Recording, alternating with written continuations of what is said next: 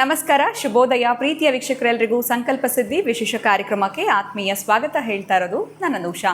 So first time channel ನೋಡ್ತಾ ಇರೋದು ಅಂತಂದರೆ ಬೇಗ ಚಾನಲ್ನ ಸಬ್ಸ್ಕ್ರೈಬ್ ಮಾಡಿ, ನಮ್ಮ ವೀಡಿಯೋಸ್ನ ಲೈಕ್ ಮಾಡಿ. ಇನ್ನು ಕಾರ್ಯಕ್ರಮದಲ್ಲಿ ನಮ್ಮ ಜೊತೆಲಿದ್ದಾರೆ ಸ್ಪಿರಿಚುವಲ್ ಗುರು ಡಾಕ್ಟರ್ ವಿಷ್ಣುದತ್ತ ಗುರುಜಿಯವರು. ಬನ್ನಿ ಗುರುಗಳನ್ನ ಇವತ್ತಿನ ಕಾರ್ಯಕ್ರಮಕ್ಕೆ ಬರಮಾಡ್ಕೊಳ್ಳೋಣ. ನಮಸ್ತೆ ಗುರುಗಳೇ, ಕಾರ್ಯಕ್ರಮಕ್ಕೆ ಭಕ್ತಿಯ ಸ್ವಾಗತ. ಗುರುಗಳೇ, ಇವತ್ತಿನ ನನ್ನ ಪ್ರಶ್ನೆ ಏನು ಅಂತಂದರೆ, ಎಲ್ಲೋ ಒಂದು ಕಡೆ ಈ ಹಾವು ಅಥವಾ ಸರ್ಪ ಅಂತಂದರೆ ಸಾಕಷ್ಟು ಜನಕ್ಕೆ ಹೆದರಿಕೆ ಇರುತ್ತೆ. ಗೊತ್ತಿಲ್ಲದೆ ಮನೆ ಒಳಗಡೆ ನುಗ್ಗಿದಾಗ ಭಯಕ್ಕೆ ನಾವು ಹೊಡೆದು ಸಾಯಿಸಿರುವಂಥದ್ದು, ಅಥವಾ ಎಲ್ಲೋ ಒಂದು ಕಡೆ ಲಾಂಗ್ ಜರ್ನಿ ಟ್ರಾವೆಲಿಂಗ್ ಮಾಡುವಾಗ, ಡ್ರೈವಿಂಗ್ ಮಾಡುವಾಗ ಅವಾಯ್ಡ್ ಮಾಡೋಕ್ಕಾಗದೆ ಅದ್ರ ಮೇಲೆ ಹಾರಿಸಿರುವಂಥದ್ದು, ಈ ರೀತಿ ಎಲ್ಲ ಸಮಸ್ಯೆಗಳು ಆದಾಗ ಜೀವನದಲ್ಲಿ ಅವರು ದೋಷಕ್ಕೆ ಏನಾದರೂ ಒಳಗಾಗ್ತಾರಾ?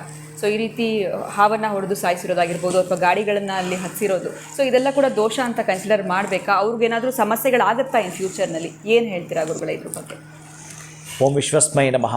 ಪ್ರೀತಿಯ ಬಂಧುಗಳೇ, ಈ ಮೆಸೇಜು ಶಾಸ್ತ್ರ ಏನು ಹೇಳಿತ್ತು ಅಂತಂದರೆ, ಇಲ್ಲಿ ಸರ್ಪಕ್ಕೆ ಮಾತ್ರ ಸ್ವಲ್ಪ ಹೆಚ್ಚಿನ ಪ್ರಾಧಾನ್ಯತೆ ಕೊಟ್ಟಿದೆ.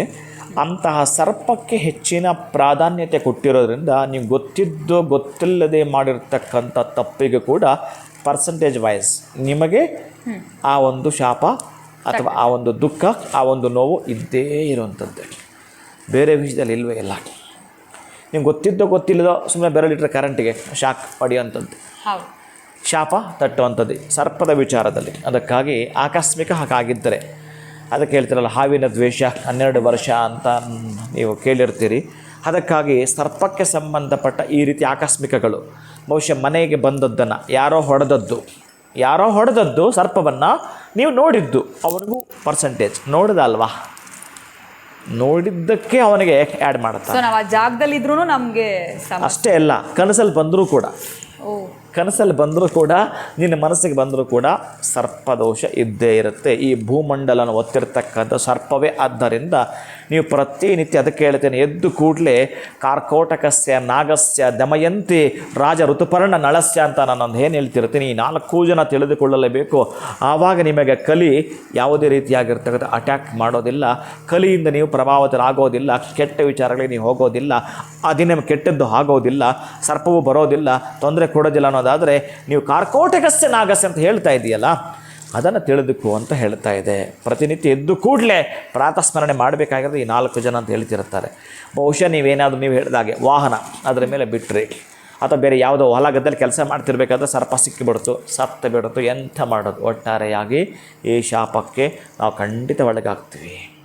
ಅಥವಾ ನಾಯಿ ಅನ್ನೋ ಪ್ರಾಣಿ ಸತ್ತರೂ ಕೂಡ, ಅಥವಾ ಮಂಗ ಏನಾದರೂ ಅಡ್ಡ ಬಂದು ಸತ್ತರೂ ಕೂಡ, ಅಥವಾ ಪ್ರಾಣಿ ಪಕ್ಷಿ ಯಾವುದೇ ಬಂದು ನಿಮ್ಮ ವಾಹನಕ್ಕೆ ಸತ್ತರೂ ಕೂಡ ದೋಷ ಖಂಡಿತ ಇರುತ್ತೆ. ಆದರೆ ಈ ಸರ್ಪದ ಮೇಲೆ ಅಂತಂದಾಗ ಸ್ವಲ್ಪ ಹೆಚ್ಚಿನ ಪ್ರಭಾವ ನಿಮ್ಮ ಮೇಲೆ ಕೆಟ್ಟದ್ದು ಇದ್ದೇ ಇರುತ್ತೆ. ಬಹುಶಃ ಯಾರಾದರೂ ಆ ಥರದ್ದು ಆಗಿದ್ದರೆ, ಅಂತಹ ಸರ್ಪದೋಷದಿಂದ ಹೊರಗೆ ಬರಬೇಕಾದ್ರೆ ನಾನಾ ತರಹದ್ದಿದೆ. ನೀವು ಹೋಗಿ ಸರ್ಪ ಶಾಂತಿಯನ್ನು ಮಾಡಿಸ್ಕೊಳ್ತೀರಿ, ಅಶ್ವತ್ಥ ಕಟ್ಟೆಯನ್ನು ಕಟ್ಟಿಸ್ತೀರಿ, ಅದಕ್ಕೆ ನಿಮ್ಮದೇ ಜಾಗ ಇತ್ತು ಅಂತ ನೀವೆಲ್ಲ ಮಾಡ್ತಿರ್ತೀರಿ. ಅಥವಾ ಕುಕ್ಕೆಗೆ ಹೋಗ್ತೀರಿ, ಸರ್ಪ ಶಾಂತಿಯನ್ನು ಮಾಡಿಸ್ಕೊಳ್ತೀರಿ.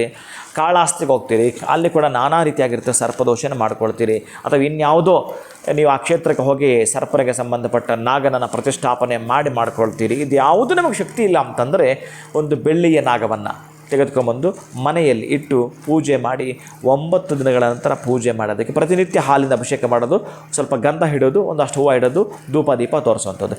ಇಷ್ಟು ಮಾಡ್ತಾ 9ನೇ ದಿನ ತೆಗೆದುಕೊಂಡೋಗಿ ಯಾವುದಾದ್ರು ಸರ್ಪಕ್ಕೆ ಸಂಬಂಧಪಟ್ಟ ದೇವಾಲಯದಲ್ಲಿ ಉಂಡಿಗೆ ಹಾಕಬೇಕು, ಅಥವಾ ಹುತ್ತಕ್ಕೆ ತಗೊಂಡೋಗಿ ಪೂಜೆ ಮಾಡಿ ಹುತ್ತಕ್ಕೆ ಅದನ್ನು ಅರ್ಪಣೆ ಮಾಡ್ತಕ್ಕಂಥದ್ರಿಂದ ಈ ದೋಷ ಹೋಗುತ್ತೆ. ಯಾಕಂದರೆ ಪಾಪ ಅವನು ಗೊತ್ತಿಲ್ವಲ್ಲ, ಇವನು ವಾಹನದಲ್ಲಿ ಹೋಗ್ತಿದ್ದ, ಅದು ಅಡ್ಡ ಬಂತು, ನಡೆದೋಯ್ತು. ಅದು ಸುಮ್ಮನೆ ಇರಬಾರ್ದವ. ಒಟ್ಟಾರೆ ಈ 9 ದಿನಗಳ ಕಾಲ ತಂದು ಆ ಒಂದು ಬೆಳ್ಳಿಯ ನಾಗನೊಂದಿಗೆ ಪೂಜೆ ಮಾಡುತ್ತಾ 9ನೇ ದಿನ ಹುತ್ತಕ್ಕೆ ಹಾಕೋದ್ರಿಂದ ಮುಕ್ತಿ ಹೊಂದುತ್ತಾನೆ. ಆ ಸರ್ಪದೋಷ ಮುಕ್ತನಾದಾಗ ಖುಷಿಯಾಗಿ ಅವನ ಕೆಲಸಗಳಲ್ಲಿ ಬಲವನ್ನು ಕೂಡ ಕಾಣ್ಬೋದು. ಓಕೆ, ಈ ಥರ ಮಾಡಿದ್ದಾಗ ಅವ್ರು ಏನಾದರೂ ತೊಂದರೆಗಳಿಗೆ ಒಳಗಾಗ್ತಾರ ಗುರುಗಳೇ? ಲೈಫ್ ಅನುಭವಿಸ್ತಿರ್ತಾರೆ, ತಕ್ಷಣ ಗೊತ್ತಿಲ್ಲದೆ ಇರ್ಬೋದು. ಮೇಜರಾಗಿ ಮಕ್ಕಳ ವಿಷಯದಲ್ಲಿ ಮಕ್ಕಳಾಗಲ್ಲ, ಆದರೂ ಅವ್ರು ಬುದ್ಧಿವಂತರಾಗೋದಿಲ್ಲ. ಬುದ್ಧಿವಂತರಾದರೂ ಪ್ರಯೋಜನಕ್ಕೆ ಬಾರದೇ ಇರ್ತಕ್ಕಂಥ ಬುದ್ಧಿವಂತರಾಗ್ತಾರೆ. ಈ ರೀತಿ ಎಲ್ಲವೂ ಕೂಡ ಒಟ್ಟಾರೆ ಶಾಶ್ವತವಾಗಿ ನೋವು ಪಡಬೇಕು ಹಂಗಾಗ್ಬಿಡುತ್ತೆ. ಖಂಡಿತ ಗುರುಗಳೇ. ಟೆಂಪ್ರವರಿ ಆದರೆ ಪರವಾಗಿಲ್ಲ, ಇವತ್ತು ನಾಳೆ ಶಾಶ್ವತದ ನೋವಿಗೆ ಸಿಲ್ಕೊಂಡ್ಬಿಡ್ತಾರೆ. ಅಂತಹ ಶಾಶ್ವತವಾದ ನೋವುಗಳಿದೆ ಅಂತಂದರೆ ಇದೇ ಅವರ ಕುರುಹು, ಇದೇ ಅವರಿಗೆ ಇಂಡಿಕೇಶನ್ ಕೊಡ್ತಾ ಇರುತ್ತೆ. ಅಂತಹ ನೋವಿಂದ ಹೊರಗೆ ಬರ್ಲಿಕ್ಕೆ ಸಾಧ್ಯ ಇದೆ. ಖಂಡಿತ. ಎಲ್ಲೋ ಒಂದು ಕಡೆ ಬೆಳ್ಳಿ ನಾಗಪ್ಪನ ತಂದು ಪ್ರತಿನಿತ್ಯ ಅದನ್ನು ಪ್ರತಿಷ್ಠಾಪನೆ ಮಾಡಿ, ಜೊತೆಗೆ ಅದನ್ನು ಯಾವುದಾದ್ರೂ ನಾವು ದೇವಾಲಯಕ್ಕೆ ಅಂದರೆ ಸುಬ್ರಹ್ಮಣ್ಯನ ದೇವಾಲಯಕ್ಕೆ ಉಂಡಿಗೆ ಹಾಕುವಂಥದ್ದು ಅಥವಾ ಪರಿಹಾರ ಹುತ್ತಕ್ಕೆ ಕೂಡ ಅರ್ಪಿಸ್ಬೋದು. ಖಂಡಿತ ಗುರುಗಳೇ, ಉತ್ತಮವಾಗಿರುವಂಥ ವಿಚಾರವನ್ನು ತಿಳಿಸ್ಕೊಟ್ರಿ. ಧನ್ಯವಾದಗಳು. ನಮಸ್ಕಾರ. ಹರೇ ಶ್ರೀನಿವಾಸ.